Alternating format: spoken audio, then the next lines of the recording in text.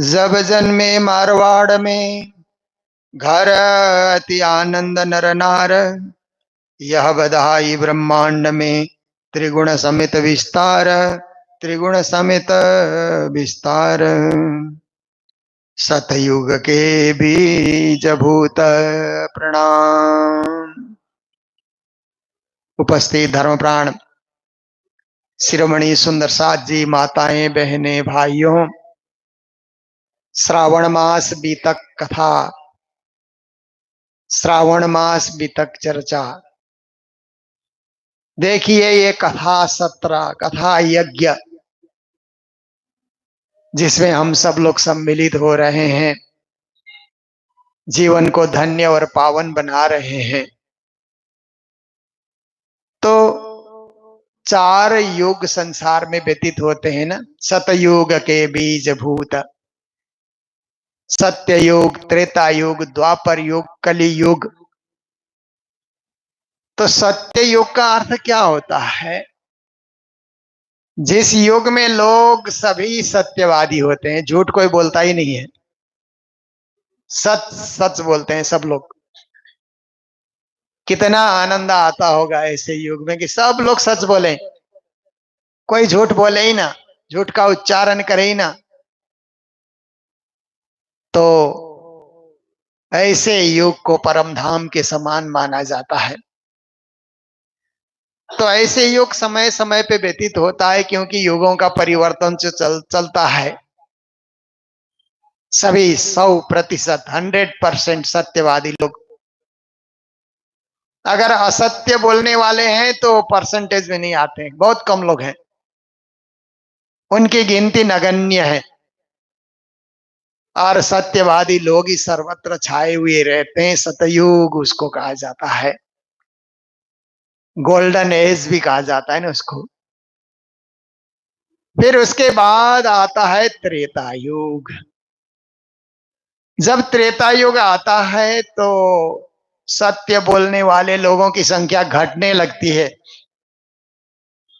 सत्यवादी लोग तो 75%, 75% रहेंगे, 25% लोग फिर झूठ का सहारा लेने लगेंगे।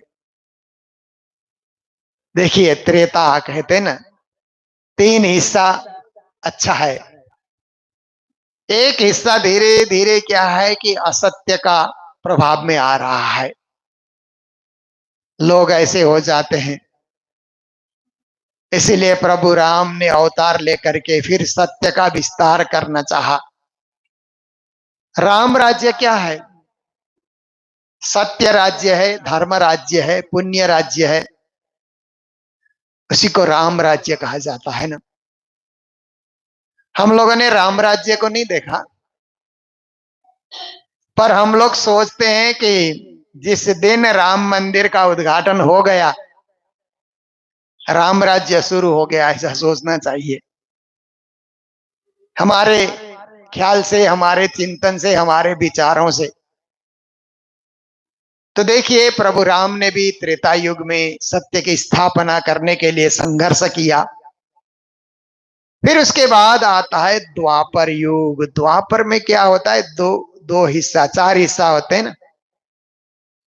2 हिस्सा मतलब 50% लोग तो सत्यवादी होते हैं, 50% झूठ का सहारा लेने वाले, असत्य का सहारा लेने वाले।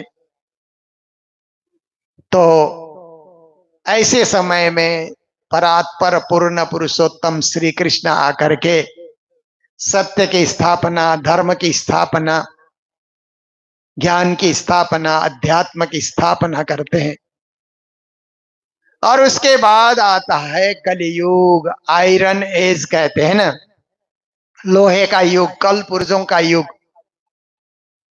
तो कलियुग आता है तो क्या होता है कि कलियुग में 25% लोग ही सत्यवादी होते हैं, अधिकांश लोग झूठ बोलते हैं, झूठ का सहारा लेते हैं। राजनीति में आप देखिए कितने लोग झूठ बोलते हैं, हमने जनता के लिए ये कर दिया, वो कर दिया, पर जितना बोलते हैं उतना होता नहीं है। काम कम होता है, बातें ज्यादा होती है। राजनीति के क्षेत्र में, व्यापार के क्षेत्र में भी आप देखिए तो सामान बिक्री करने वाले अलग अलग रेट बताते रहते हैं ना, ग्राहक को देख देख करके रेट तय करते रहते हैं। तो आप देखिए व्यापार क्षेत्र में, राजनीति क्षेत्र में, धर्म के क्षेत्र में भी कई कई लोग झूठ का सहारा ले लेते हैं, चमत्कार का सहारा लेते हैं, लोगों को भुलावा। आप देखते हैं कि कलयुग में कई गुरुओं ने ऐसा भुलावा और छलावा शिष्यों के साथ किया, बाद में वो सब कानून के गिरफ्त में आ गए। इसलिए सत्य का सहारा लेकर के चलने वाले कम लोग धर्म के क्षेत्र में, समाज के क्षेत्र में, जितनी सामाजिक संस्थाएं हैं वहां भी कोई ना कोई वहां का सदस्य कुछ न कुछ धन का गमन कर जाता है। ऐसे समाज के क्षेत्र में भी होता है, क्योंकि कलियुग का प्रभाव सब हो रहा है। पर 25% लोग अच्छे होने के कारण फिर ये संसार टिका हुआ है। कुछ तो धर्मात्मा है, कुछ तो पुण्यात्मा है, कुछ तो सही बोलने वाले लोग हैं, सच बोलने वाले लोग हैं, तभी तो ये पृथ्वी टिकी है। सारे के सारे कहीं कहीं आपने सुना होगा ना, 100 में 99 कहते हैं ना, बेईमान मेरा भारत महान। ट्रकों के पीछे भी लिखा रहता है, जो दूर दूर तक सामान ढो करके जाते हैं ना, ट्रक वाले जो ट्रांसपोर्ट के ट्रक होते हैं, उनके पीछे भी मैंने लिखा हुआ देखा कि 100 में 99 बेईमान फिर भी मेरा भारत महान। इतना तो नहीं है, ज्यादा ही बोल दिया कि 100 में 99 बेईमान हो जाए तो एक आदमी का, एक का वोट से क्या होगा, कौन नेता जीतेगा। पर एक बात है, किसी ने अब ये कहावत बनाई तो लोगों को पसंद आया, ट्रक वालों को ज्यादा ही पसंद आया। तो 25% तो आज भी अच्छे लोग मिलते हैं। आप यात्रा कीजिए, यात्रा के दरमियान में बुरे लोग भी मिल जाते हैं, अच्छे लोग भी मिल जाते हैं। जब ट्रेन में यात्रा होती है ना, तो हम सब की चाह होती है कि सामने वाली सीट में अच्छे लोग मिल जाएं, भले लोग मिल जाएं, क्योंकि कभी कभी बुरे लोग मिल जाते हैं ना सामने वाले, तो यात्रा हमारी बड़ी दुखदाई होती है। क्या खाते हैं, क्या करते हैं, गंदगी फैला देते हैं। और सच्चे लोग मिले, अच्छे लोग मिले, भक्त लोग मिले तो आनंद से समय कट जाता है। छूटते हुए उनसे एक दूसरे का फोन नंबर भी लिया जाता है, संपर्क भी कभी किया जाता है। देखिए, तो कलियुग चल रहा है। इस कलियुग में भी सत्य की चाह लेकर के, सत्य की स्थापना का विचार लेकर के कितने अवतारी पुरुष आए, कितने महात्मा आए, कितने ज्ञानी आए, कितने ध्यानी आए। अब आए हमारे साक्षात सदगुरु धनी श्री देवचंद जी महाराज। तो लालदासी महाराज बीतक में कहते हैं, सतयुग के बीज भूत इनो बीच रहे विस्तार, हो बे सब में जायर अखंड ये संसार। सत्य युग का बीज भूत मतलब तारतम महामंत्र। अब यहां सत्य युग का 2 प्रकार का अर्थ किया जाता है। जब बीतक सीखी जाती है तो गुरुजन कहते हैं, गुरुजी मंगलदास जी महाराज ने भी मुझे बताया कि एक तो सत्य युग में सब सत्य ही सत्य बोलने वाले थे, उस सत्य का बीज लेकर के देवचंद्र जी महाराज आए और सत्य का प्रचार प्रसार उन्होंने किया, सत्य धर्म की स्थापना की। दूसरा अर्थ ये भी होता है कि परम धाम, सत्य युग का अर्थ होता है परम धाम, जहां सत्य ही सत्य है। परम धाम में तो असत्य है ही नहीं, प्रवेश ही नहीं है, उसका अंधेरे का प्रवेश ही नहीं है। ऐसा दिव्य परम धाम जहां सत्य ही सत्य बर्ताव होता है, सत्य ही बोलना, सत्य ही वहां का चलन, सत्य का ही व्यवहार, सत्य की लीला। ऐसे उस दिव्य परम धाम से, उस सत्य परम धाम का बीज भूत मतलब तारतम महामंत्र, बीज मंत्र लेकर के श्री देवचंद जी महाराज पधारे हैं विक्रम संवत 1638 में। और इसी संवत से आप देखेंगे तो 1581 चल रहा था। तब श्री देवचंद जी महाराज का 11 अक्टूबर 1581 चल रहा था। तो श्री देवचंद जी महाराज का आविर्भाव हो जाता है। सत्य का बीज लेकर के संसार में अवतरित होते हैं, पर उस बीज को प्रस्फुटित करने में, पल्लवित करने में, पुष्पित करने में बड़ा वक्त लगता है। उनको 40 साल की साधना लगती है। ये सब हम बीतक में सुनते जाएंगे। हो बे सब में जाहिर, ये जाहिर होंगे, और ये सत्य का विस्तार, पूरे अखंड का विस्तार चलता रहेगा। देवचंद्र जी महाराज, ज्योतिषियों ने उनका नाम देवचंद्र रखा।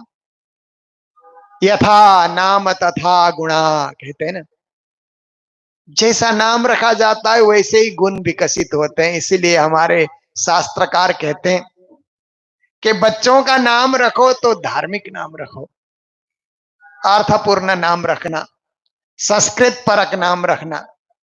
उससे क्या होता है कि उसमें वो गुण विकसित होंगे। नाम का भी प्रभाव होता है ना।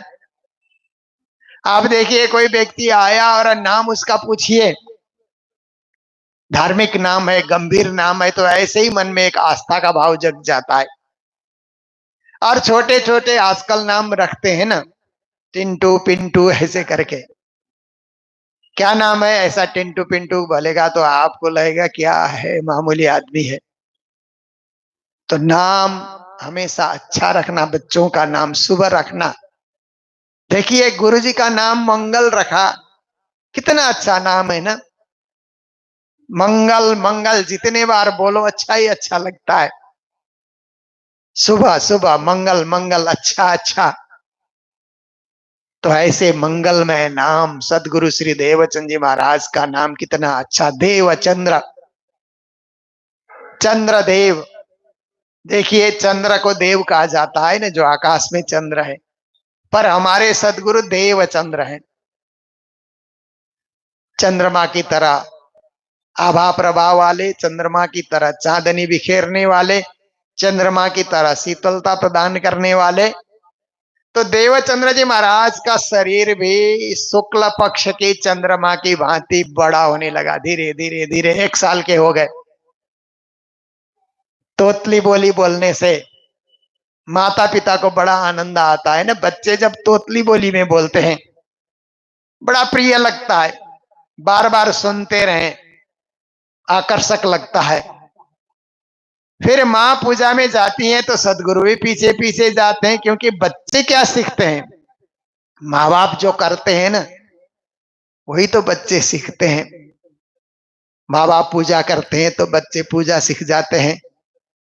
माँ बाप व्यापार करते हैं तो बच्चे लोग व्यापार सीख जाते हैं। जो भी कार्य माँ बाप करते हैं। एक बार मैंने देखा कि एक मिस्त्री, कुछ साल पहले की बात है, मंगलधाम में काम करने आता था। तो अपना बेटा लेकर के आया, छोटा सा, 5 साल का होगा या 6 साल का होगा वो लड़का। वो लेकर के आया तो दिन भर वो मारतोल लेकर के कांटी मारता रहा, कील मारता रहा बच्चा, क्योंकि बाप मिस्त्री का काम करता है ना। तो बच्चे को भी वही खेलने में मजा आया, दिन भर खेलता रहा। तो माँ बाप गाय दोते हैं तो बच्चा भी सीख जाता है, गाय को घास डालते हैं तो बच्चा भी डालता है। माँ बाप जो करते हैं वही प्रभाव बच्चों के ऊपर आ जाता है। तो माता पिता सुबह सुबह उठ करके नहाए धोएं पूजा करें तो बच्चे लोग भी जल्दी नहा धो करके पूजा के लिए तैयार हो जाते हैं। अब देखिए, कुंवर बाई और मत्तु मेहता तो पहले से ही धर्मात्मा है, पूजा पाठ में लगे हुए हैं, बाल मुकुंद की पूजा करते हैं। श्री देवचंद जी महाराज भी उसी पूजा में सम्मिलित होते हैं, देखते हैं, खेलते भी हैं। पर उनका जीवन दिव्य और भव्य है। गांव के लड़के भी उनके साथ खेलना चाहते हैं। श्री देवचंद जी महाराज धीरे धीरे 2 साल 3 साल 4 साल 5 साल के हो गए। 5 वर्ष के जब भय तब चित्त भयो विचार, मैं को यह जगत है कहाँ वार कहाँ पार। वृत्तांत मुक्तावली की चौपाई है। 5 साल के हो गए तो उन्होंने, अब तो अच्छी तरह बोली बोल लेते हैं। माता जी पूजा करने जा रही है, नहा धो करके, आरती तैयार करके, भोग व्यंजन तैयार करके, पूजा करने के लिए जा रही है बाल मुकुंद के सामने। तो श्री देवचंद जी महाराज भी चले गए। माता आरती करती है, सदगुरु साथ में है। फिर भोग लगाया प्रेम से, देखते रहे देवचंद जी महाराज। भोग लगाने के बाद जब पर्दा खोला और उन्होंने भोग की थाली नीचे रखा, तो देवचंद्र जी महाराज ने पूछा कि मां, आप पूजा कर रही हो, भोग धराया आपने, क्या बाल मुकुंद ग्रहण नहीं कर रहे हैं? तो माता जी ने कहा कि बेटा, मैं तो कब से ही पूजा कर रही हूं, परंतु कभी प्रसन्न होकर के बाल मुकुंद जी ने स्वीकार नहीं किया। मुझे लगता है, तो देवचंद जी महाराज क्या कहते हैं कि दूध की कटोरी जितनी है अभी भी उतनी है, दूध उतना ही है। तो हाँ, ऐसे ही होता है, हमेशा होता है। मैं भोग लगाती हूं, कभी उन्होंने ग्रहण नहीं किया। तुम बालक हो और बाल मुकुंद भी बालक ही है, शायद तुम्हारे हाथ से ग्रहण कर जाए बाल मुकुंद जी। तो श्री देवचंद जी महाराज ने अपने हाथ से बाल मुकुंद के सामने दूध की कटोरी रखी, तो बाल मुकुंद जी उसको पी गए, ग्रहण कर गए, साक्षात प्रकट होकर के। माँ देखती रही, माँ को लगा हो मेरा पुत्र कोई साधारण नहीं है, ये तो कोई अवतारी पुरुष है, कोई शक्ति लेकर के आया है। मैं कब से पूजा कर रही हूँ, कभी बाल मुकुंद के साक्षात दर्शन नहीं हुए। आज देखो सामने प्रकट होकर के दूध भी पी गए और उसी मूर्ति में समा भी गए।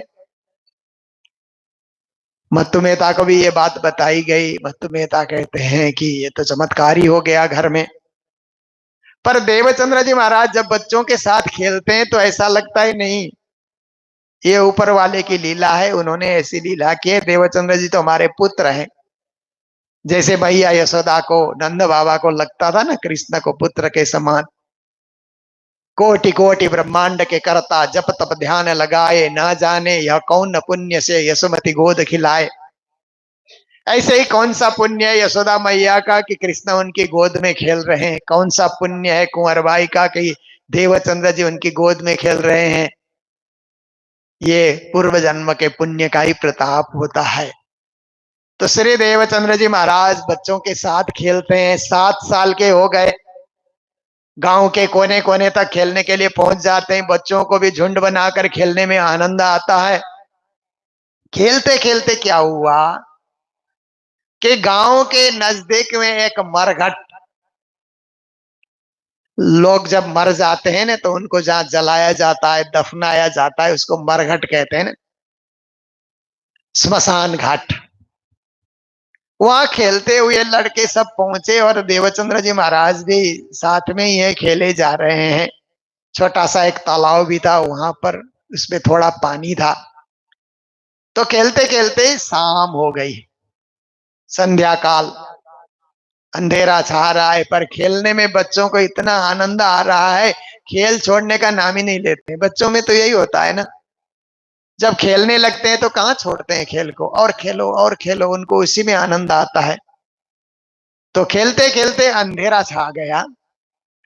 तो शमशान घाट में तो क्या होता है कि भूत प्रेत तो वास करते ही है ना वहां पर, जिनकी अपगति हो गई, जो किसी कारणवश दुर्घटना में पड़ गए, ऐसी आत्माएं भूत बनकर, प्रेत बन करके वहां फिरते रहती है, लोगों को डराती है। तो वहां भी यही हाल होने लगा। तो गांव के लड़के कहते हैं, हो देवचंद्र, लौटे लौटे, जल्दी लौटे, भूत प्रेत यहाँ जाग करके आएंगे तो हम लोगों का नुकसान करेंगे, डरना चाहिए, भयभीत होना चाहिए।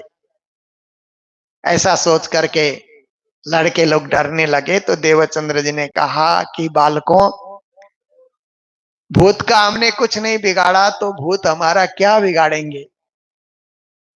खेलो, खेलते रहो, देखते हैं क्या होता है। और ज्यादा रात्रि शुरू हो गई तो वहां भूत प्रेत जो अपगति से मरे थे, वो वहां जाग करके विविध रूप बना करके वहां आकर के डराने लगे। कोई सुअर के रूप में वहां आकर के घुर घुर कर रहा है, घूम रहा है, कोई शेर का रूप लेकर के, कोई और भिन्न भिन्न रूप लेकर के वहां पर आए हुए। कोई प्रेत गण राक्षस के रूप में ही वहां पर प्रकट हो रहे हैं, सब डरा रहे हैं।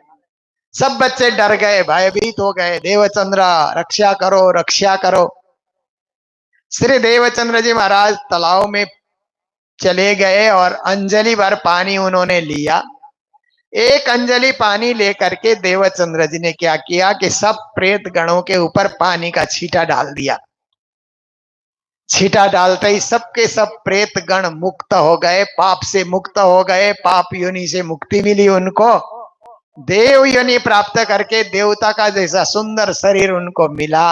हाथ जोड़ करके सबके सब कहते हैं धन्य है देवचंद्र, धन्य है, आज आपने जल का छींटा दे करके हमें पवित्र कर दिया, क्योंकि आप पुण्य आत्मा है।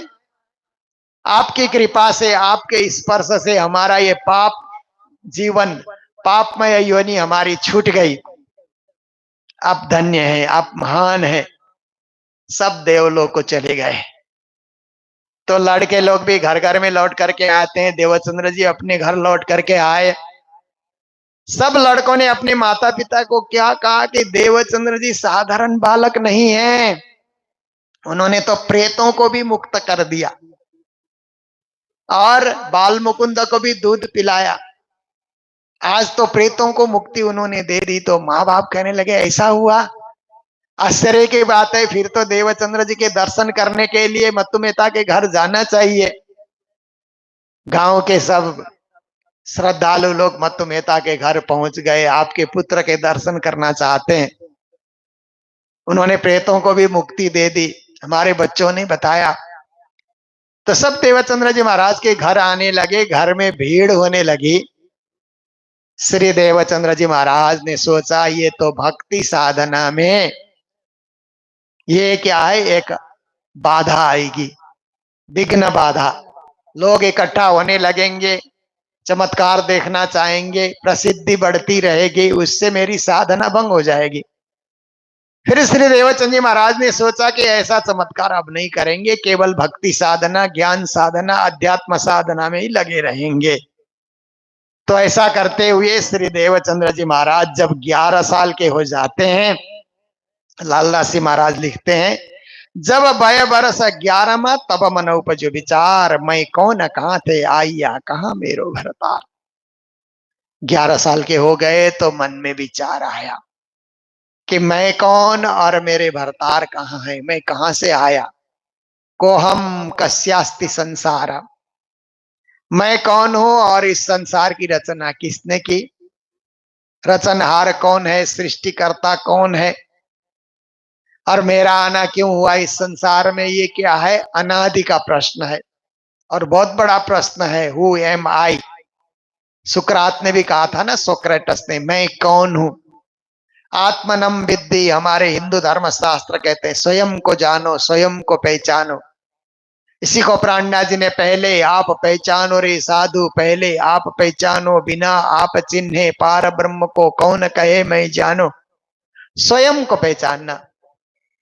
अब देखिए, स्वयं को पहचानना कहते ही लोग सोचते हैं कि मैं तो इंसान हूं, मानव हूं, मनुष्य हूं, मैं स्त्री के रूप में, मैं पुरुष के रूप में, मैं ब्राह्मण, क्षत्रिय, वैश्य, शूद्र या किसी वर्ग का है वो जानता है, किस घर का है, किस नाम का है, किस बाप का बेटा है वो जानता है। पर यहाँ शरीर का परिचय नहीं पूछा जा रहा है। आत्मा, आपकी आत्मा कौन सी है। देवचंद जी महाराज के मन में भी ये विचार आ रहा है कि मेरी आत्मा कहां से आई, आत्मा को किसने भेजा, क्या कारण है संसार में आने का। ऐसे ऐसे अनादि के प्रश्न उनके मन में विचार में आने लगे। तो मैं कौन कहाँ थे आइया कहाँ मेरा भरतार, मेरे स्वामी कहाँ है, हम कौन है, कहाँ से आए। तो इस विचार को लेकर के श्री देवचंद जी महाराज अब कोई साधु संत मिले, कोई सत्संग करें।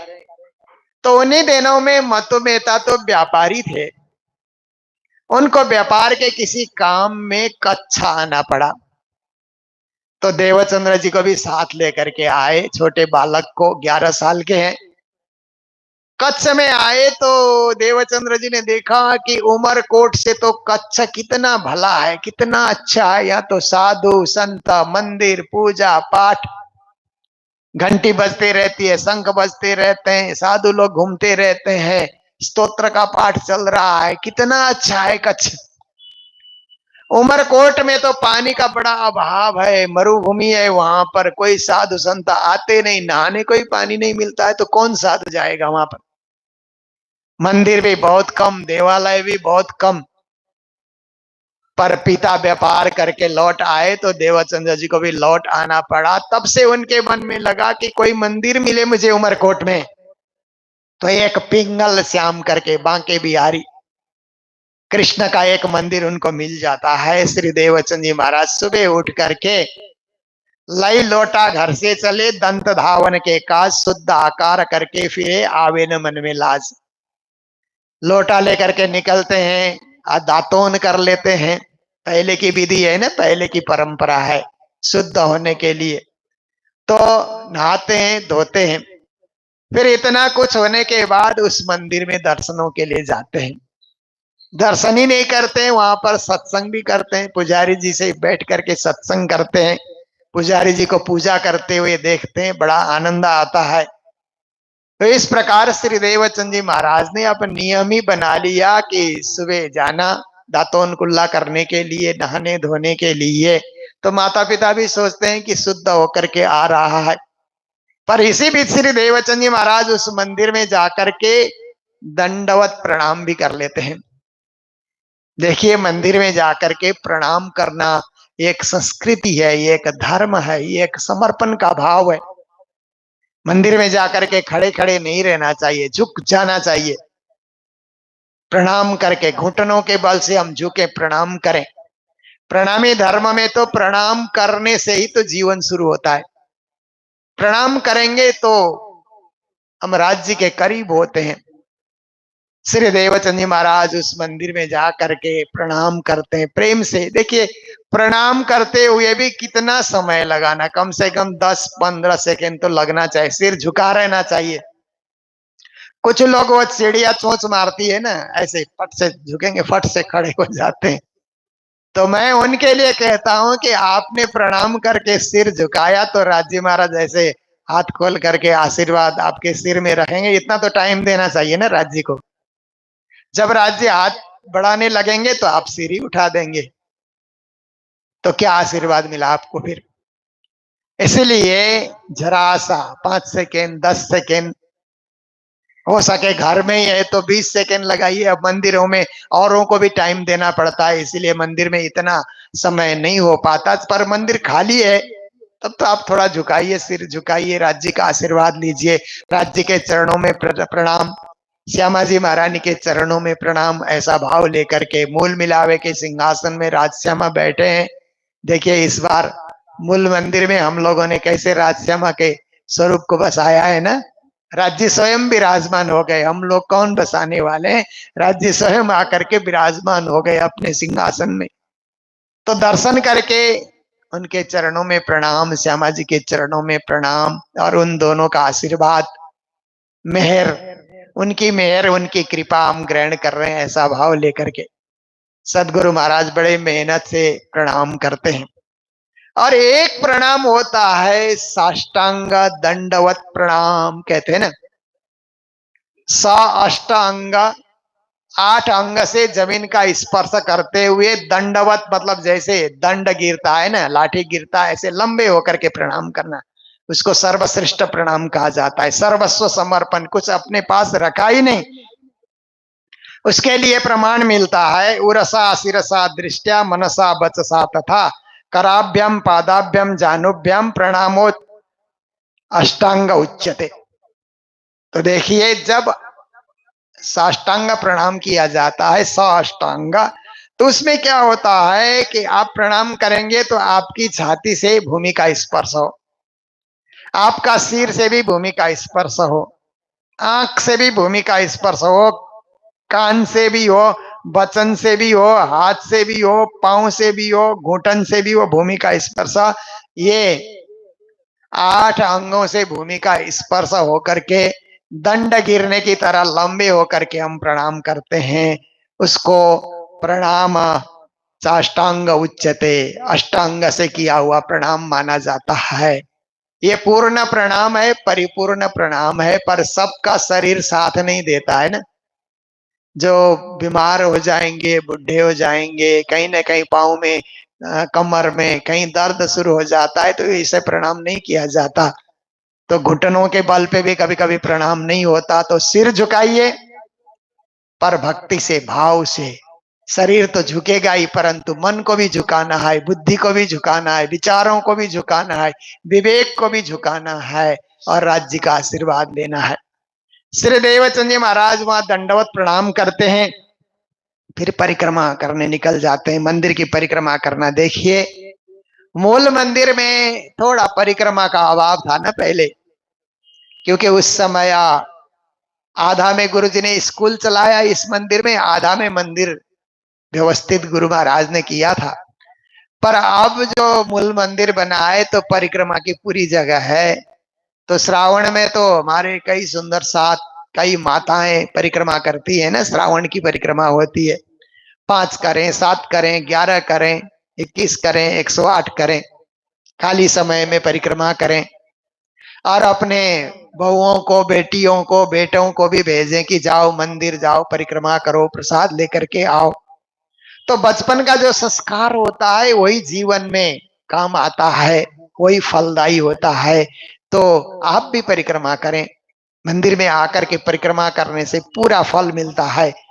क्योंकि देत परिक्रमा कर्म सब छूटे, या सुख पंचम निषद न लूटे, कहते हैं ना। परिक्रमा करने से कर्म का बंधन तो छूट ही जाएगा, परम धाम में पहुंचने का या परम धाम का अनुभव करने का आनंद भी मिल जाता है। यानि कानि च पापानि जन्मांतरे कृतानि च तानि सर्वाणि नश्यन्ति प्रदक्षिणा पदे पदे। जाने अनजाने जो कुछ पाप हो गया हो, कुछ भी हो गया हो, कीड़े मकोड़े दब करके मर गए हो, झूठ बोल गए, चोरी कर गए, जाने अनजाने, मंदिर में जाकर के परिक्रमा करने से एक एक पांव आगे बढ़ाते जाएंगे, पाप ताप संताप सब कट जाएंगे, राज्य के नाम से जल जल करके सब भस्म हो जाएंगे। इसलिए प्रणाम का भी बड़ा भारी महत्व है और परिक्रमा का भी बड़ा भारी महत्व है। श्री देवचंद जी महाराज परिक्रमा देते 15 साल के हो गए। तो एक रोज देवचंद्र जी महाराज के मन में विचार आया कि पुजारी जी बड़ी निष्ठा से पूजा करते हैं, भाव मगन होकर के पूजा करते हैं, इनसे पूछा जाए कि कितने सालों तक पूजा करने के बाद परमात्मा के साक्षात दर्शन होंगे। तो मौका देख करके कहा कि पुजारी जी आपको एक बात पूछें। हाँ हाँ पूछो बेटे, क्या पूछना चाहते हो? आप कब से पूजा कर रहे हैं? काम खानदानी पुजारी हैं, हमारे दादाजी भी पूजा करते थे, पिताजी भी पूजा करते थे, मैं भी कर रहा हूं, मेरा बेटा भी करेगा। हम तो क्या है कि खानदानी पंडे परंपरा से है, पूजा करना हमारी वृत्ति है, यही हम लोग करते हैं। तो कहा बचपन से आप पूजा कर रहे हैं? हाँ बचपन से कर रहा हूं। देवचंद्र जी महाराज ने देखा कि ये तो प्रौढ़ लगते हैं, पूजा करते करते प्रौढ़ हो गए। तो देवचंद्र जी महाराज ने कहा कि पुजारी जी ये बताइए, कितने सालों तक पूजा करने के बाद परमात्मा के साक्षात दर्शन होते हैं? तो पुजारी जी ने कहा बेटे कम से कम 25 साल तो पूजा करनी ही पड़ेगी। 25 साल निरंतर पूजा करोगे तो परमात्मा के दर्शन होंगे, जरूर होंगे। देवचंद्र जी महाराज ने सोचा कि पुजारी जी प्रौढ़ लगते हैं, वृद्ध लगते हैं, जरा इनसे पूछा जाए इन्होंने कितने बार दर्शन किए। तो कहा पुजारी जी आप कहिए, आपने कितने बार परमात्मा के दर्शन किए? तो पुजारी जी का सिर झुक गया। कहते हैं बेटा हम जो पूजा करते हैं ना वो गुजारे के लिए करते हैं, पेट भरने के लिए पूजा करते हैं, और कोई वृत्ति नहीं है और कोई कमाई नहीं है। पूजा करके जो चढ़ावा मिलता है उसी लिए परिवार का गुजारा करते हैं। तो हमारा ध्यान पूजा से भी ज्यादा चढ़ावा में होता है, आज क्या चढ़ा, कल क्या चढ़ा, उसी से तो गुजारा करना है। पर बेटा मैं सच सच बोलता हूं कि जो कोई व्यक्ति परमात्मा के दर्शनों की इच्छा लेकर के पूजा करते हैं ना, 25 साल लगे रहेंगे तो उनको अवश्य दर्शन होंगे, बात पक्की है, तुम विश्वास लेकर के चलो। श्री देवचंद जी महाराज ने सोचा मैं 15 साल का हो गया, अब 25 साल में निष्ठा से पूजा करता रहूंगा, पाठ करता रहूंगा, जप करता रहूंगा, ध्यान करता रहूंगा तो अवश्य ही मुझे परमात्मा के साक्षात्कार होंगे। 40 साल की उम्र में अवश्य ही मुझे साक्षात्कार होंगे। मन में दृढ़ विश्वास हो गया उनको। घर लौट करके आते हैं तो मत्तु मेहता और कुंवरबाई प्रतीक्षा करते रहते हैं, आज देरी कैसे हुई, कहाँ गए थे, मंदिर गए थे, पूजा पाठ में लगे थे। तो मत्तु मेहता कहते हैं बेटा व्यापार भी सीखो, क्योंकि मैं तो व्यापारी हूं, मेरा बेटा भी व्यापारी बनना चाहिए, तुम हमारे इकलौते बेटे हो तो तुम ही तो बाद में हमारी देखभाल करोगे, आज कुछ व्यापार सीखोगे तो बाद में माँ की सेवा, पिता की सेवा तुम्हें ही करनी होगी। हम तुम्हें बड़ा बना रहे हैं, इसका मतलब यही हमारा भरोसा है कि बाद में तुम हमारी सेवा करोगे, इसलिए व्यापार में मन लगाओ, मेरे साथ चलो। देवचंद्र जी महाराज का मन व्यापार की तरफ जरा भी नहीं जाता है। उन्होंने कहा पिताजी मुझे व्यापार की कोई इच्छा नहीं है, माया की संसार की मुझे कोई इच्छा नहीं है, मुझे तो भक्ति भाव सेवा सुमिरन में संलग्न होने की इच्छा होती है। मंदिर जाओ, सत्संग करो, भजन करो, इसमें ज्यादा मेरा मन रंग जाता है। और आप लोग भी सुबह सुबह घर में पूजा करते हैं, वो भी अच्छा लगता है। तो माँ ने कहा बेटा फिर और मंदिर में क्यों जाते हो, तुम यही घर में मंदिर है, हमारे साथ ही पूजा पाठ में रहो। माँ को भी डर है कि कहीं दूसरे दूसरे मंदिरों में जाकर के साधु संत की संगत ज्यादा मिले तो ये भी साधु बन जाए। इकलौते बेटे हैं, हमारे आंख के तारे यही तो हैं, और यही है। और सत्संग में चले गए, कहीं इनका रंग रंग गया, वैराग्य के रंग में रंग गया तो बहुत मुश्किल होगा हम लोगों को। घर में ही पूजा करो, घर में ही रहो। पर देवचंद्र जी महाराज का मन नहीं मानता है।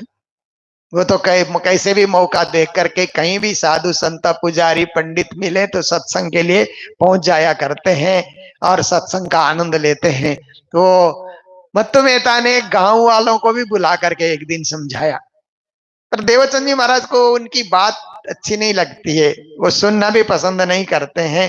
पर पिता का यही भाव है, पिता यही सोचते हैं। तो इस प्रकार से श्री देवचंद जी महाराज उस देश में साधु संत आवत नहीं कोई, जल कसनी देख के ही था कहूं न आवन होए। साधु संत बहुत कम आते हैं वहां पर, जल का अभाव है, व्यवस्था नहीं है नहाने धोने की। उस समय साधु संत त्रिकाल स्नान करते थे, सुबह भी नहाना, दिन में भी भोजन के बाद विश्राम करके उठना तो फिर नहाना, फिर शाम को भी नहाना। कहां से इतना पानी मिलेगा, गंगा किनारे ज्यादा रहा करते थे, मरुभूमि की तरफ कौन जाएगा। श्री देवचंद जी महाराज मन में सोचने लगे कि मुझे अब उमरकोट छोड़ना चाहिए, कच्छ जाना चाहिए, जहाँ साधु संत फकीर, मंदिर पूजा पाठ, शंख का ध्वनि जहाँ सुनाई देता है। बचपन में पिताजी के साथ जो गए थे वो यादगिरी सताने लगी, पर पिता तो मना करते हैं, जाने नहीं देते हैं। तो श्री देवचंद जी महाराज 17 साल के हो गए। अब उन्होंने सोचा, बात तब की मन में रहे, मैं जाऊं कच्छ में ता जाए के खोज करूं, पाऊं परमेश्वर तिन से, घर में खटपट रहे, मन में रहे बैराग, धुनी सेती बैर रगे, उन्हें देखे लगे आग, मन में खटपट है, घर छोड़ना ही चाहिए, कैसे क्या करें। ऐसे देवचंद जी महाराज विचार कर ही रहे थे। तो क्या हुआ कि देवचंद्र जी महाराज ने पता लगा लिया कि उमरकोट के राजकुमार का विवाह कच्छ के राजकुमारी से हो रही है। तो बाराती लोग, मंत्री बाराती लोगों को लेकर के जाएगा। तो देवचंद जी महाराज ने सोचा इनके साथ साथ मैं निकल जाऊंगा, और पिताजी तो जाने नहीं देंगे, खुद भी नहीं जाते हैं, तो मैं बारात के साथ साथ निकल जाऊंगा। जा करके उन्होंने मंत्री से बात करी कि आप लोग बारात लेकर के कब जा रहे हो। और उस समय ये दस्तूर था कि राजकुमार को नहीं लेके जाते थे, राजकुमार के प्रतीक के रूप में एक तलवार लेकर के जाते थे, और वहां से कन्या विवाह तलवार के साथ करा करके फिर कन्या इधर लाए, फिर राजकुमार के साथ धूमधाम शादी कराते थे, क्योंकि बीच रास्ते में कोई दुर्घटना हो जाए, इस हिसाब से भी ये उन्होंने एक परंपरा बनाई थी। तो मंत्री उस समय ऊंट गाड़ी बैलगाड़ी सवारी तैयार कर रहा है। देवचंद जी महाराज ने चुपके से जाकर के पूछा, क्योंकि पिताजी की नजरों से भी बचना है। कहा, मंत्री जी आप कच्छ जा रहे हैं, हमें भी साथ लेकर के जाइए ना, तुम्हारी क्या सवारी है? कहा, मेरे पास तो कोई सवारी नहीं है, मैं अकेला हूं, आप लोगों के पीछे पीछे निकल जाऊंगा। नहीं, 4-4 दिन लगते हैं, रात भर चलना पड़ता है, पैदल कोई जाएगा? कोई सवारी हो तो तुम साथ चल सकते हो, ऐसे नहीं। तो देवचंद्र जी महाराज ने मन में सोचा, मैंने इनको क्यों पूछा। निकल पड़ते पीछे पीछे। जब ये आगे आगे सवारी में जाते तो मैं पीछे पीछे दौड़ पड़ता, पहुंच जाता वहां पर। कौन सी बड़ी बात थी, पूछना नहीं चाहिए था। तो उसके बाद क्या हुआ कि जब निश्चित दिन में बारात लेकर के मंत्री वहां से निकल पड़ा, तो शाम की बेला थी। कि उस ये गर्मी की जगह में, जहां पर रेतीला इलाका होता है ना, मरुभूमि की जगह, वहां क्या करते हैं लोग कि दिन में भोजन करके विश्राम करते हैं। विशेष करके आप देखिए कि गुजरात में, राजस्थान में दिन में भोजन के बाद व्यापारी लोग भी 1-2 घंटा आराम करते हैं, फिर शाम होने के बाद फिर व्यापार में निकलते हैं ना। मत्तु मेहता का भी यही नियम था, और कुंवरबाई भी विश्राम कर लेती थी दिन भर की थकी हुई। तो क्या हुआ कि माता पिता विश्राम कर रहे थे, देवचंद्र जी महाराज ने धीरे धीरे सामान अपने एक गठरी उन्होंने तैयार कर ली। उसमें आटा, घी, चावल, जो कुछ भी रास्ते के लिए सामान की जरूरत है, और एक कटारी साथ में उन्होंने रख लिया। सब सब कुछ, जो कुछ भी, थोड़ा सा खर्चा भी उन्होंने लिया, अपने पहनने के कपड़े भी उन्होंने डाले। ये सब करके उन्होंने तैयार कर लिया। और तैयार करने के बाद जब बारात वहां से निकल रही है, तो श्री देवचंद जी महाराज भी, उनकी आवाज सुनाई दी, हाँ जा रहे हैं। तो श्री देवचंद जी महाराज भी वो गठरी लेकर के तैयार हो गए। देखा माता पिता अभी विश्राम में ही हैं। विश्राम से उठे तो भी घर के आंगन में पीछे से श्री देवचंद जी महाराज ने मौका देख करके वहां से निकलने की तैयारी करते हैं। कमर बांधते बांधते कछु ढील हो गई इतना, पर सब सामान कमर में बांधना, तैयार करना, पीठ में लादना, ये सब में क्या है, थोड़ी देर हो गई। बाराती लोग तो निकल गए। उनके पद चिन्हों को देखते हुए देवचंद्र जी महाराज भी पीछे पीछे चले। अब पर रात बढ़ गई, अब पद चिन्ह भी नहीं दिखलाई दे रहा है, अंधेरा छा गया है, चारों ओर अंधेरा, मरुभूमि। और ऐसे जगह में क्या है, मरुधरा कहते हैं ना उस स्थान को, ऐसे धरा जहां पर केवल रेत ही रेत है। इधर से हवा चलती है तो रेत उड़ करके एक तरफ ढेर होने के बाद पहाड़ की तरह रेत की है, एक जो है रेत का ही पहाड़ तैयार हो जाता है। फिर उधर से हवा चलती है, उधर पहाड़ खड़ा हो जाता है। कहाँ रास्ता है, कहाँ क्या है, कुछ सूझ नहीं रहा है, न जाने आगे पीछे है कौन जागा सरहद। यूं करते चले जाते, पेट में उठा दर्द। देवचंद्र जी महाराज चले तो जा रहे कहाँ जा रहे हैं कुछ पता ही नहीं है, कुछ नहीं दिख रहा है। बाराती लोग कहाँ पहुंचे कोई खबर नहीं है, फिर भी चले जा रहे हैं, खोज में निकले हुए हैं। तो कोई जगह मिले कि मैं विश्राम करूं, रुकूं, तो कहाँ रुकूं, कोई दरखत भी नहीं दिखलाई देता है, कुछ है ही नहीं, आंख में भी धूल छा रही है। ऐसे समय में देवचंद्र जी महाराज तेजी से चलने से पेट में दर्द उठने लगा। जब पेट में दर्द उठने लगा तो सोचते हैं कि क्या बात है, एक तरफ इतना सामान ढो रहा हूं, यात्रा लंबी है, पेट में दर्द शुरू हो गया। यूं करते चले जाते, एक शख्स दिया दीदार, फिर भी चले जा रहे हैं। तो देवचंद्र जी महाराज ने सुना था कि अकेले कोई जाता है तो इस मरुभूमि में चोर लोग भी आते हैं, बदमाश डाकू, सामान सब छीन करके ले जाते हैं, कभी कभी तो मार भी देते हैं। ये बात भी उन्होंने बचपन में सुनी थी। अकेले जा रहे हैं तो उसी समय उन्होंने देखा कि कोई दिखलाई नहीं दे रहा है, तो दूर से एक आदमी आता हुआ उनको दिखलाई दिया। अरे ये कौन आ रहा है, एक शख्स दिया यार, एक व्यक्ति ने दर्शन दिया, मतलब दिख जाता है। ए चोर मोह को मारेगा नहीं बचने का ठौर। देवचंद जी महाराज को लगा ये कोई चोर है, अब मुझे मारेगा, अब बचने का कोई ठिकाना नहीं है, भागे तो कहाँ भागे, कोई जगह नहीं है। करते करते वो तो बिल्कुल सामने ही आ गया। और मुंह दाढ़ी हाथ बरसी ऐसा भेष लावन हार। उसके मुंह में दाढ़ी है थोड़ी सी, हाथ में एक बरसी है, जो आप देखते हैं हरियाणा राजस्थान में वो प्रयोग किया जाता है। तो उसमें नोकीले वो भी लगे, कांटे लगे हुए रहते हैं, ऊपर से पकड़ा जाता है, उसको बरसी कहते हैं ना। तो ये भी लेकर के वो चल रहा है। तो श्री देवचंद जी महाराज उसको देखते हैं, तो इतने में वो इशारा करके पूछता है। मुंह मुदा दो सत्य से देवचंद जी महाराज कुछ बोल नहीं पाए, क्योंकि थोड़ा मन में भय भी आने लगा कि क्या है ये, क्या करेगा। तो इतने में उसने क्या कर लिया कि श्री देवचंद जी महाराज को भूमि में लेटा करके, अपनी पिछोरी बिछा करके भूमि में लेटाया। लेटने के बाद लेटो लेटो कहता है। लेटने के बाद देवचंद जी महाराज के एक जंघा पे अपना पांव रख करके खड़ा हो गया। फिर कहता है कि तब जाना मुझे मारेगा, उन्होंने कहे सुकन्ना, बिछाए पिछोरी सुआए, तब कांपने लगा मन। देवचंद जी महाराज का मन कंपित भी हो रहा है, क्या करेगा ये, सुला लिया भूमि में, बलशाली है और अपने जंगा में पांव रख रहा है। तो इस प्रकार पांव रखने के बाद पांव हटाया और कहता है तुम्हारे पेट में जो दर्द उठा था वो अभी है या शांत हो गया? तो देवचंद जी महाराज ने कहा थोड़ा है अभी। दूसरी ओर जंगा में वो खड़ा हो गया। खड़ा होने के बाद पांव हटाता है, बोलता है अब कैसा लग रहा है? देवचंद जी महाराज को एकदम पेट का दर्द दूर हो गया, शरीर फूल की तरह हल्का हो रखा है। तो उठे तो पिछोरी कमर में बांधने के लिए उसने कहा, और देवचंद जी महाराज का सामान उसने सारा खुद उठा लिया, सारा सामान उसने उठा लिया। चलो चलते हैं। तो दोनों साथ साथ चले। तो तुम्हारा नाम क्या है, पिता का नाम क्या है, माता का नाम क्या है, देश के राजा का नाम क्या है, मंत्री का नाम क्या है, कहाँ तुम निकले थे, सब लौकिक बातें, दुनियावी बातें पूछता जा रहा है, अपने अलौकिक स्वरूप का परिचय नहीं दे रहा है। देवचंद जी महाराज भी साथ साथ में चल रहे हैं। मन में कम से कम भय जो था वो दूर हो गया कि ये मुझे मारेगा तो नहीं।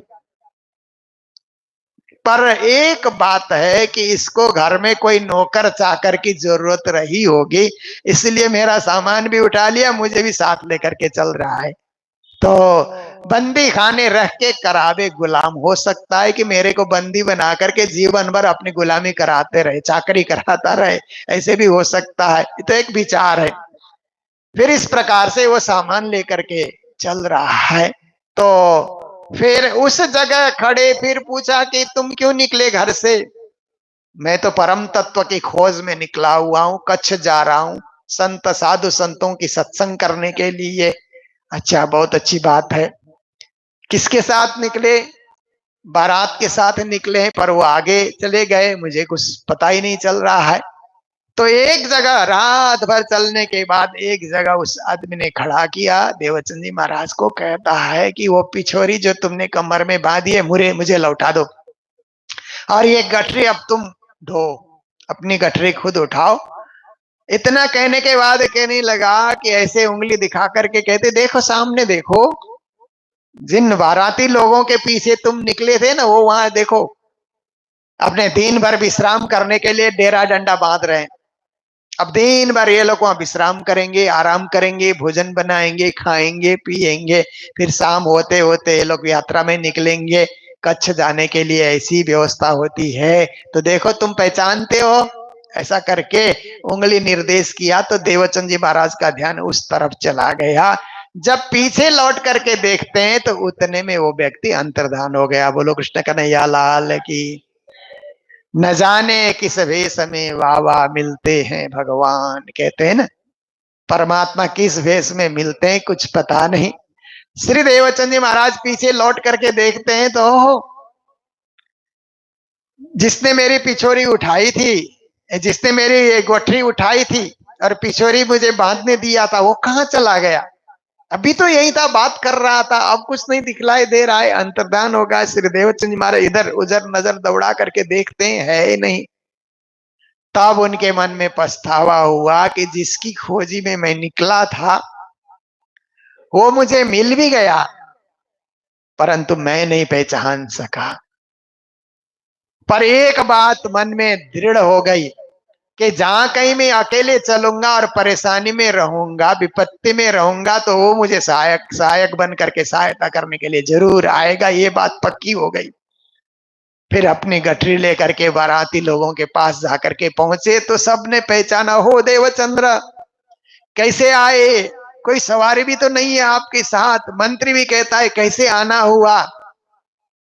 तुम तो हमारे मत्तु मेहता के पित्र हो, मेरे पुत्र हो, मेरे मित्र के पुत्र हो। हम एक ही खानदानी के, एक ही जाति के हैं। आओ आओ, मैंने तुमको मना किया था पर तुम आ ही गए, कैसे आए? तो कहा हम तो हवा की तरह उड़ते आए, पहुंच गए यहाँ, बहुत अच्छा हुआ आए। आपकी इतनी जाने की इच्छा थी तो शायद मैं वहीं से लेकर के आ जाता, सवारी में बिठा करके। जो हुआ, बैठो हमारे साथ, खाओ हमारे साथ, बारात में साथ साथ चलो, कच्छ तक हमारे साथ ही चलो, क्योंकि यहाँ कोई चीज की कमी नहीं है। राशन पानी सब हमारे पास पूरा है, भोजन बन रहा है, थोड़ी देर में भोजन करना। श्री देवचंद जी महाराज सोचते हैं कि आज ही तो मुझे दर्शन मिले हैं। इसलिए देवचंद जी महाराज ने कहा कि मंत्री जी, आपके साथ चलेंगे, यात्रा करेंगे, पर भोजन में, भोजन सामग्री, राशन में घर से लेकर के आया हूं, इसीलिए मैं अपना ही भोजन बनाऊंगा। कहता है ये हमारी रिवाज नहीं है, जो हमारे साथ चले और सगे अपने बंधु को अलग से चूल्हा चौका करे, ये रीत नहीं है, हमारे साथ ही खाना पड़ेगा। तो श्री देवचंद जी महाराज ने कहा हम साथ नहीं खाएंगे, क्योंकि हम पूजा पाठ में ज्यादा रहते हैं, इसलिए आप इतना आग्रह कर रहे हैं तो आपका राशन पानी मैं जरूर स्वीकार करूंगा, पर मैं अपने हाथ से बनाऊंगा। ठीक है, अपने हाथ से बनाओ। क्योंकि देवचंद जी महाराज को लगा शादी ब्याह में शुद्धता से भोजन तो तैयार होता नहीं है, वो भोग कैसे लगाएंगे, इसलिए अपने हाथ से तैयार करेंगे। सब भोजन अपने हाथ से तैयार करके, जा स्वरूप को दर्शन पायो थे ताको रसोई आरोगाय। जिस स्वरूप ने दर्शन दिया था सदगुरु देवचंद्र जी ने, उनको भोग लगाया याद करके, उसी सिपाही वेश में जो मिला था उसको भोग लगाया। फिर लगाने के बाद प्रसाद लेकर के बैठे, शाम की बेला हो गई तो मंत्री कहता है कि इस ऊंट में कितने आदमी हो? 4 सवार हो तो 5 में इनको भी रखो, ऊंट पे चढ़ाओ और यात्रा यहाँ से होगी। इस तरह से श्री देवचंद जी उस यात्रा में सम्मिलित हो गए और चौथे दिन कच्छ में आकर के पहुंचे। इन बात श्री देवन से आए पहुंचे कच्छ में, गए लोग अपने ठौर, आप लगे खोज में। कच्छ उतरने के बाद देवचंद जी महाराज ने उस मंत्री को कहा कि अब हमारी यात्रा साथ साथ चली, अब हम परमात्मा की खोज में लग जाते हैं। क्योंकि हम साथ तो चले परंतु हमारे विचार एक नहीं है। आपका विचार है कि राजकुमारी का विवाह करा करके बारात को उमरकोट पहुंचाना, ये आपकी जिम्मेदारी है, पर मैं तो अचानक शामिल हो गया, इसीलिए मेरी जिम्मेदारी है जब तक परमात्मा की खोज करके परमात्मा के दर्शन नहीं होंगे तब तक मैं लौटूंगा नहीं।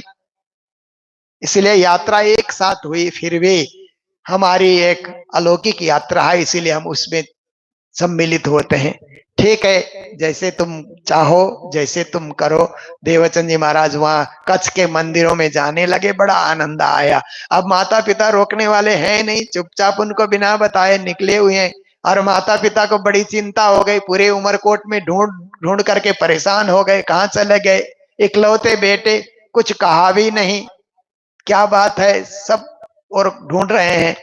देवचंद्र जी महाराज अब कच्छ के मंदिर मंदिर में, भिन्न भिन्न संप्रदाय में, सन्यासियों के पास, योगियों के पास, कनपट्टे योगियों के पास, ब्राह्मणों के पास, बैरागियों के पास, सब जगह जाते हैं, परम तत्व की खोज करते हैं। सबके पूजा पाठ, जप, ध्यान, कर्मकांड, यज्ञ, हवन आदि आदि सब कुछ देखते हैं, मन कहीं नहीं मानता है, उनकी खोज कुछ और है।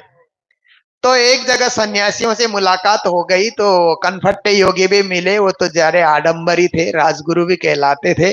पर सन्यासी को देवचंद जी महाराज ने पूछा कि परमात्मा के दर्शन कैसे होंगे, तो कहता है पहले हमारे चेले बनो, हमारा मंत्र ले लो, मंत्र लेने के बाद ही सब बात समझाई जाएगी।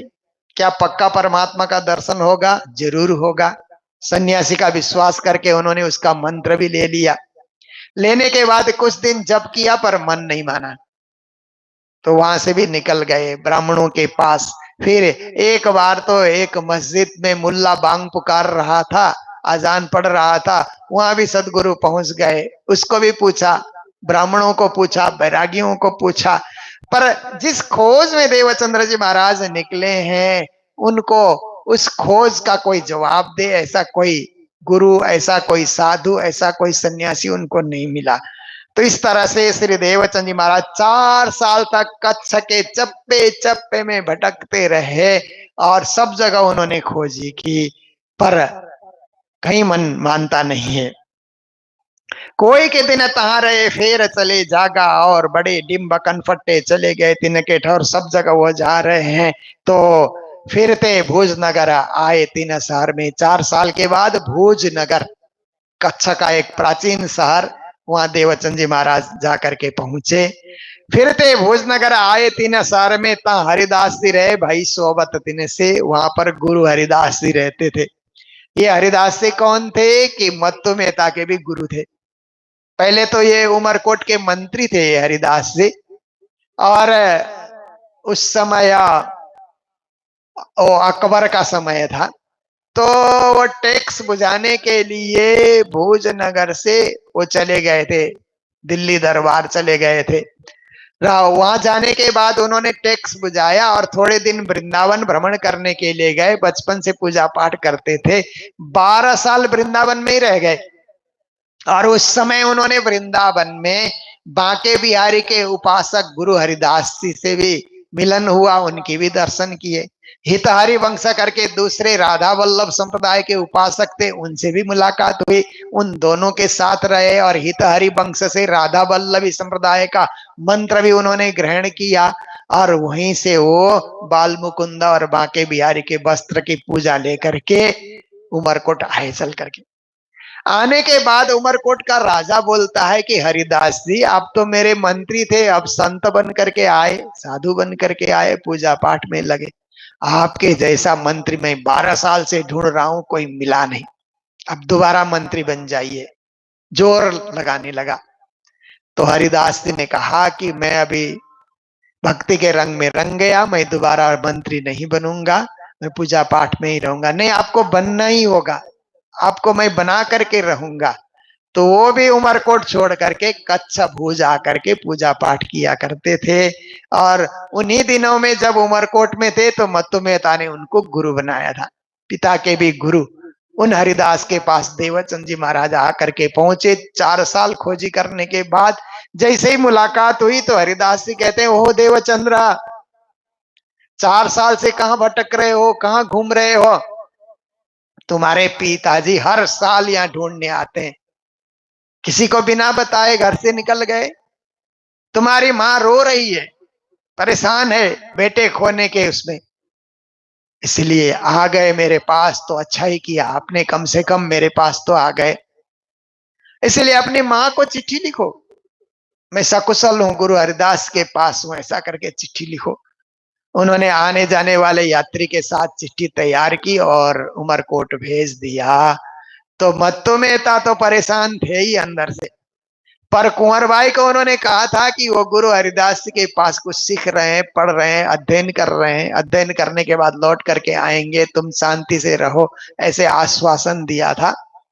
आज चिट्ठी आ गई देवचंद्र जी की, तो मत्तु मेहता खुश होकर के कहते हैं, देखो कुंवर भाई, मैंने तुमको कहा था ना कि देवचंद्र जी वहां अध्ययन कर रहे हैं।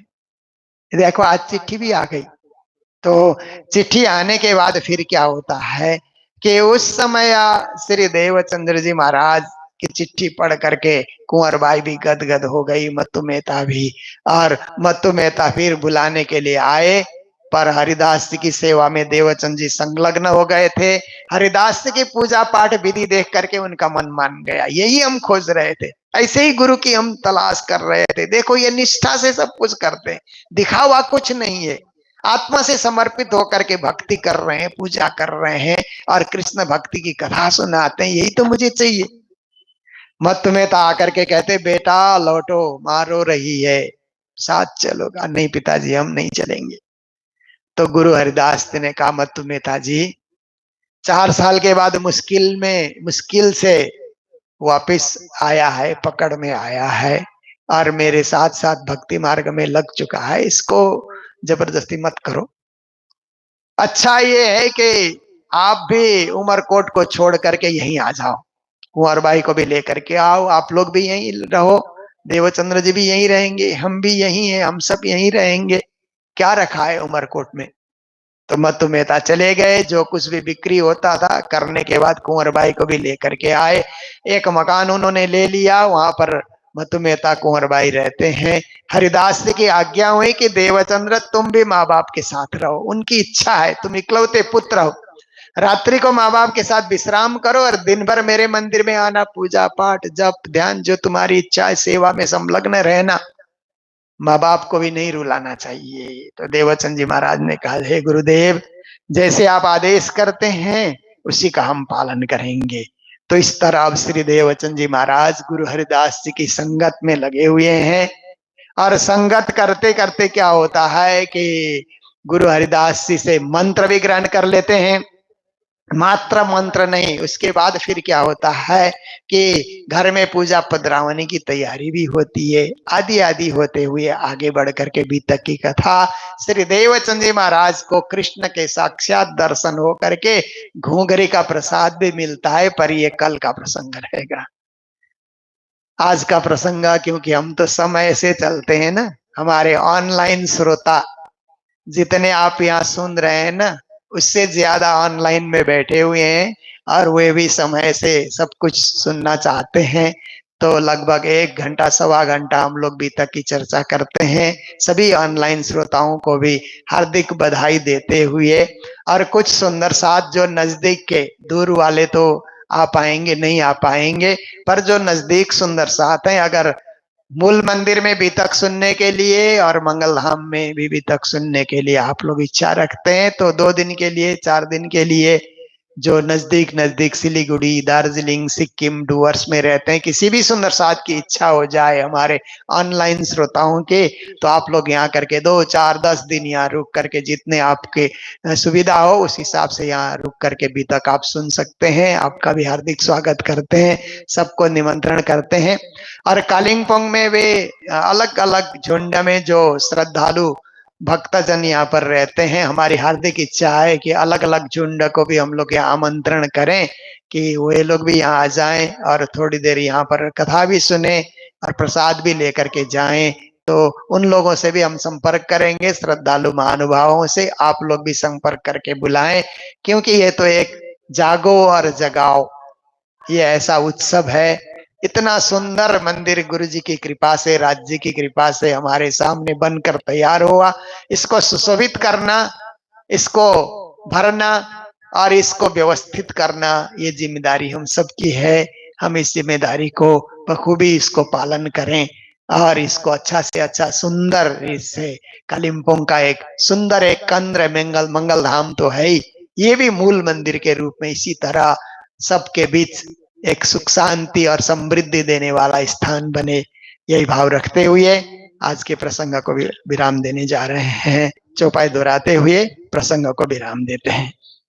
बोलो सतगुरु महाराज की, श्री प्राणनाथ प्यारे की, सर्व सुंदर साथ की, फिरते भुजा नगर, फिरते भुजा नगर, आए तिना शहर में, आए तिना शहर में, तहाँ हरि दास जी रहे, हरि दास जी रहे, भाई सोहबत तीन से, भाई सोहबत तीन से, भाई सोहबत तीन से, भाई सोहबत तीन से।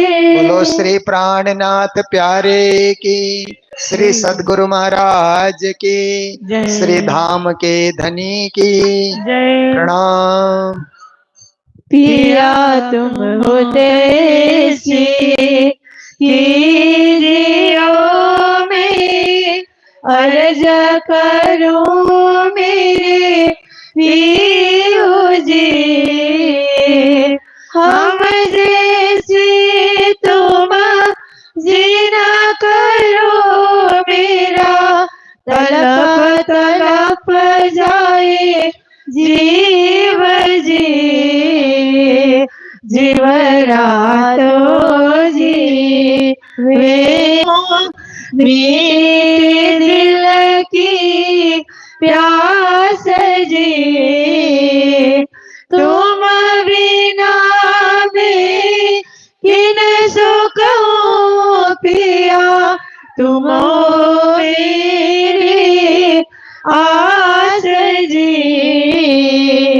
आस वीरानी तो करो पिया, जो कोई दूसरा होए जी, सब विद पिया जी समारता दीना, रे न जात रोया रोए जी, जनमाते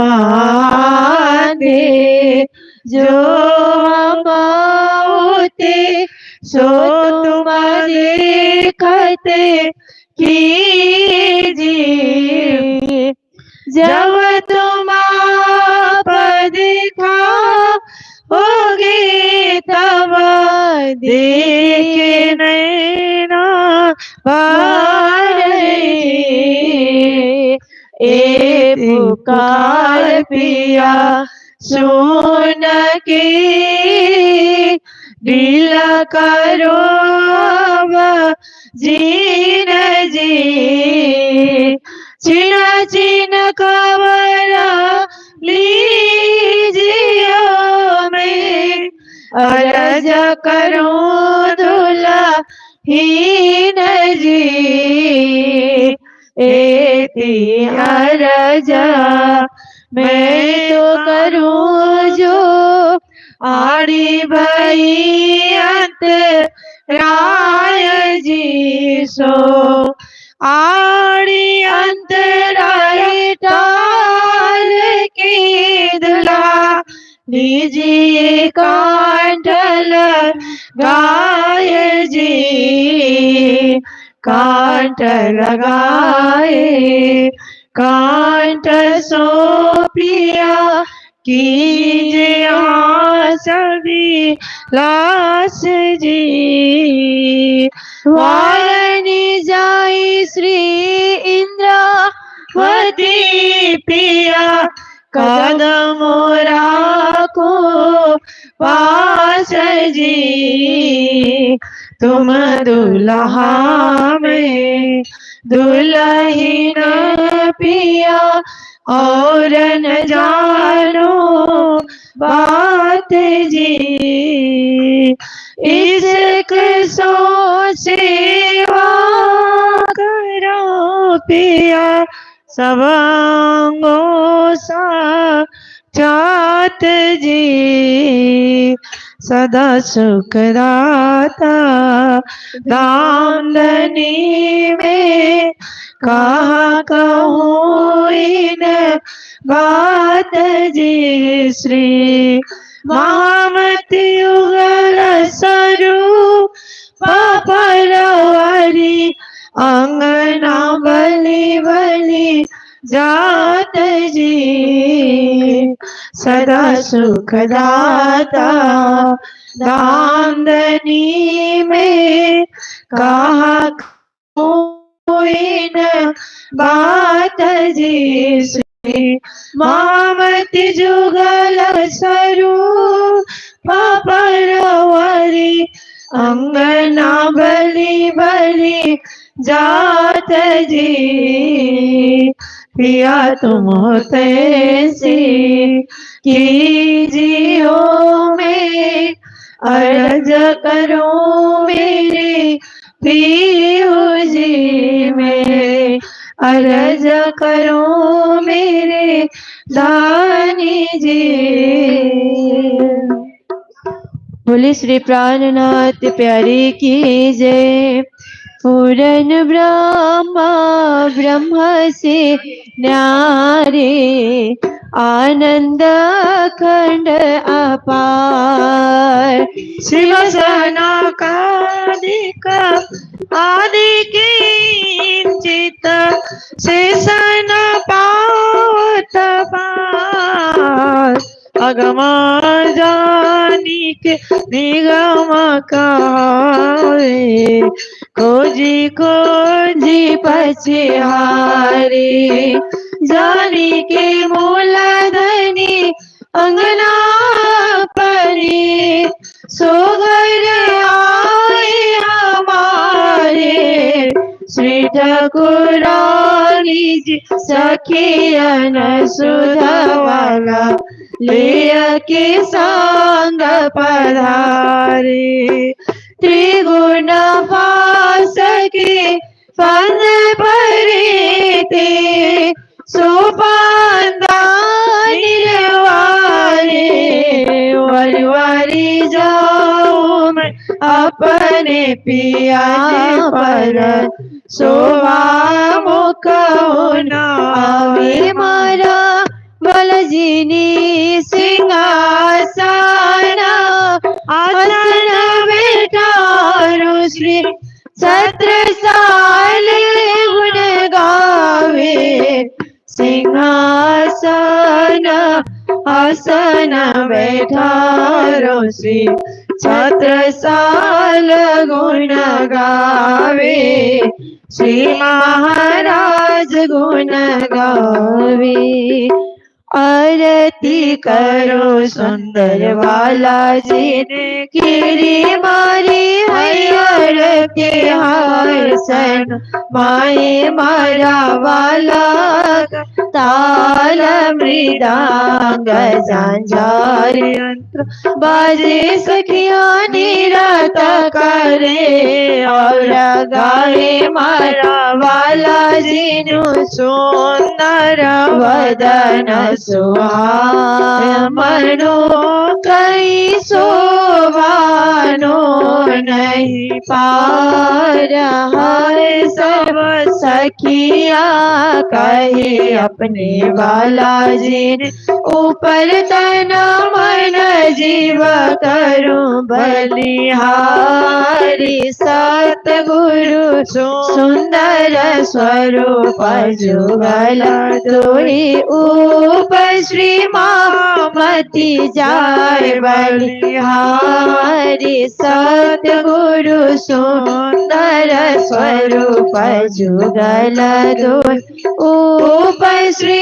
मामती जाय बलिहारी सतगुरु सुंदर स्वरूप जुगल दोई ऊपर श्री मामती जाय बलिहारी सतगुरु श्री जियावर जाय बलिहारी सतगुरु श्री प्राणनाथ कृपा लुभजुभ वजनित ताप निवारण करितारताम्य प्रकाश धरि तनु अखिल विश्व उदाहरण श्री ब्रह्म ज्ञान अनुदान गुण निधि शुभ सुमंत्र प्रतारक निज भक्त हेतु प्रकाश करि बहु सुखद धर्म प्रचारक भजु पांच रूप संवान्वितम् अति परम प्रेम सुभाजन करि दिव्य रूप अलौकिकम् नित चरित नूतन राजनम् श्री पार ब्रह्म स्वरूप गुरु जग प्रगट तारण कारण जन प्रेम निवाहने वन हृदय निसल धारण भजु ईश्वरे सकृपायतन प्रभु श्री जयाभिनन्दन श्री योगिराज मुनि सवक कलु समोहनिकान्दन ब्रजमाहि कृष्ण स्वरूप धरि शिशु चरित्र प्रेम सुहावन कलिरास हास विलास बहु विधि प्रियन के मन भावन पुनि आई जाग निराश कर निज जनन मोह विनाशन निज धाम धाम विलास सुख धरि सकल सुंदर वासन सुपूर्ण ब्रह्म स्वरूप सतगुरु मम हृदय मंदिर पावन यह बार बार बिलोकी छवि मन मुदित हो तरु पावन करि बार बार प्रणाम नम्यूर कहत पादुनवाम्बुज धरि शिष्य पर रेणु पद नितरटत कृष्ण पदाम्बुज आनंद कांद बिलोकी पल पुट युगल रूप भजाम्य श्री कृष्ण चंद्र समेत प्रिय गण रवि सहस्र नमाम्य आनंद कांद विलोकी पल पुट युगल रूप भजाम्यहम् श्री कृष्ण चंद्र समेत प्रिय गण रवि सहस्र नमाम्यहम्। आनंद मंगल श्री राम धन जी की जय, श्री जुगल किशोर की जय, श्री वृंदावन चंद्र की जय, श्री रास की रमैया जी की जय, श्री हुकुम की सरब जी की जय, धनी श्री देवर चंद्र जी की जय, श्री जियावर जी साहिब जी की जय, श्री भाई जुराज जी की जय, श्री महाराजा छत्रसाल जी की जय, श्री सुंदर साज जी की जय, श्री सुंदर साज जियावर साहब जी के चरणारविंद में हित सोचिता दीजिए। बोलिए श्री प्राणनाथ प्यारे की जय। सुंदर साथ जी आप सभी अपने अपने जगह पर बैठ जाइए। अब श्री राज जी का भोग धराने का टाइम हो रहा है।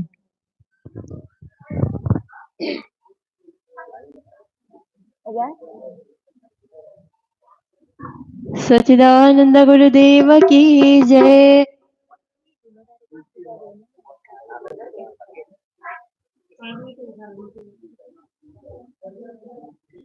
गोविंद मेरो है गोपाल मेरो है, गोविंद मेरो है गोपाल मेरो है, श्री बांके बिहारी नंदलाल मेरो है, श्री बांके बिहारी नंदलाल मेरो है।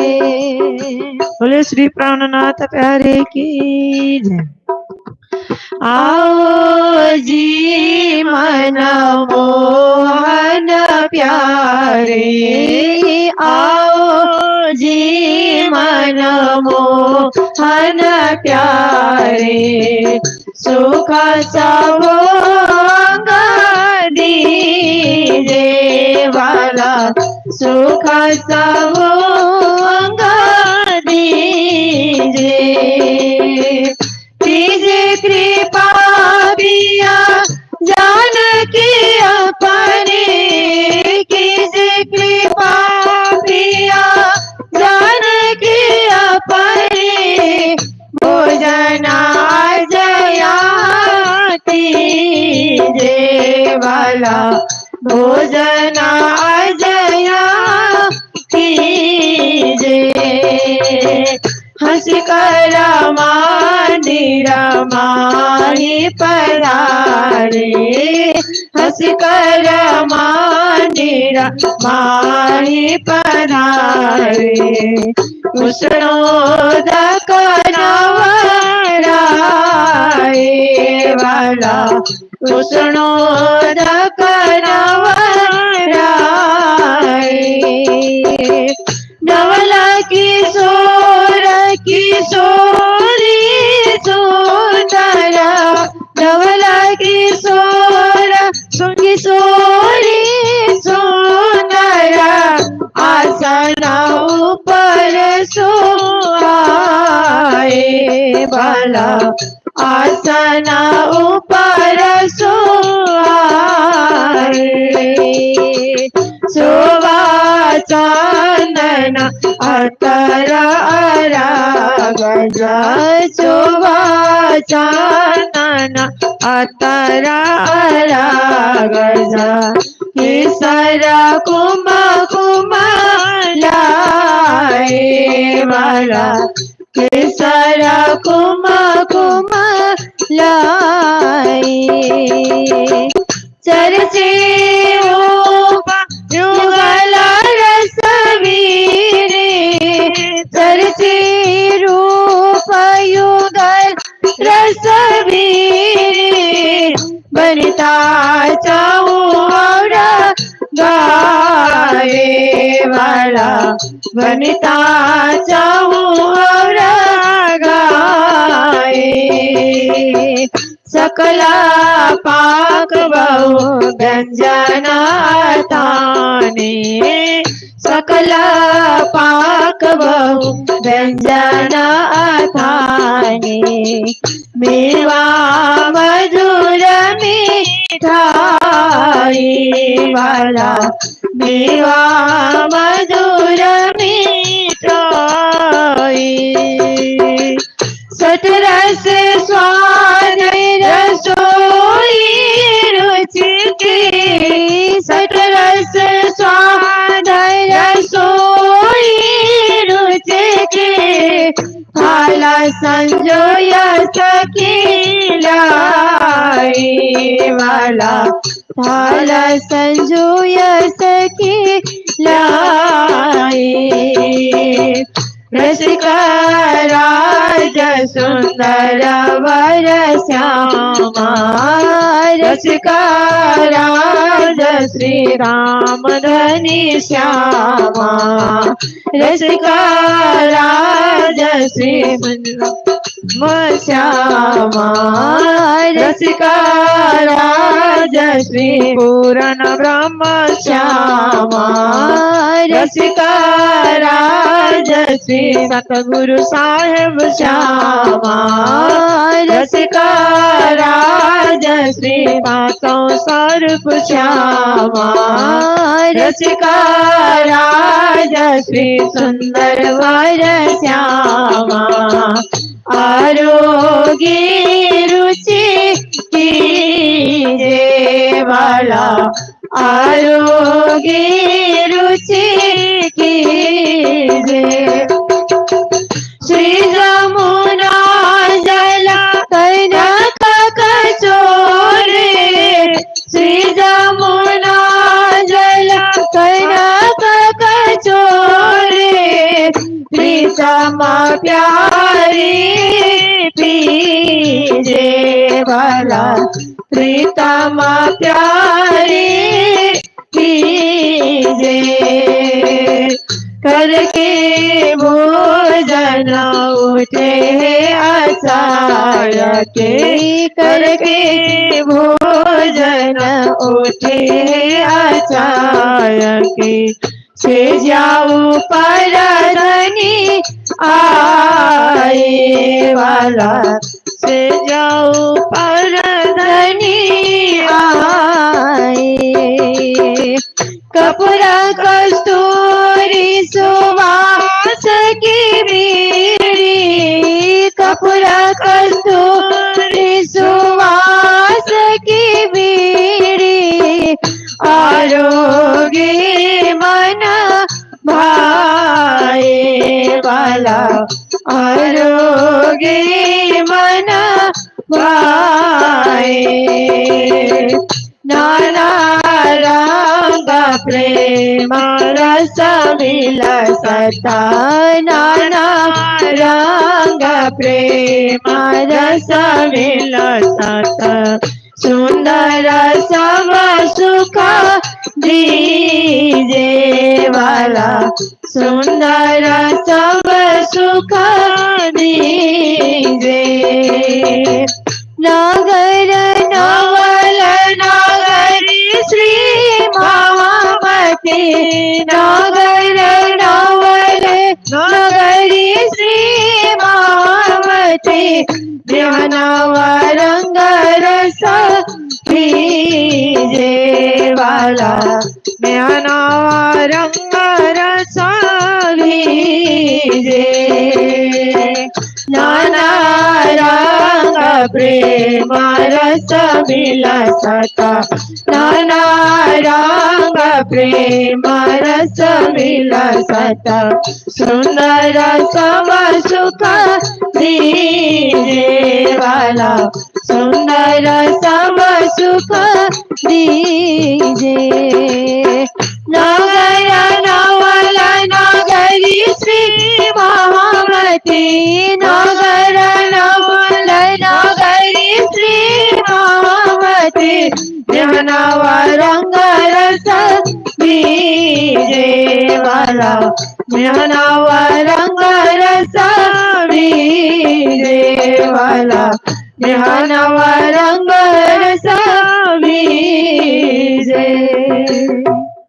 कृष्ण कन्हैया लाल की जय निजानंद को सुमेर के सतगुरु का कर ध्यान सुंदर साथ के चरण में दास करे प्रणाम बार बार विनय करूं सुंदर साथ से सेवक सेवा भाव में बारे प्रेम स्नेह सेवक सेवा भाव में बारे प्रेम स्नेह श्री कृष्ण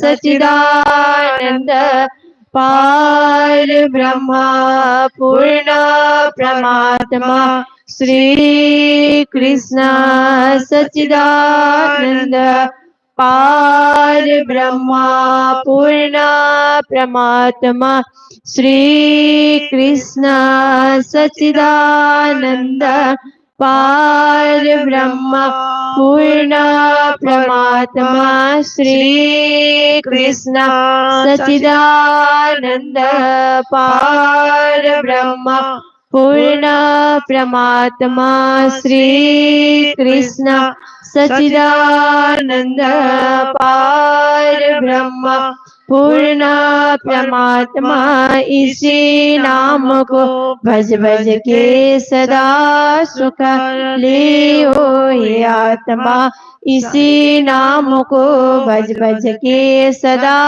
आनंद लियो हे आत्मा कृष्ण कन्हैया लाल की सतगुरु महाराज की बोले श्री प्राणनाथ प्यारे की सच्चिदानंद गुरुदेव की सर्व सुंदर साथ की जय प्रणाम।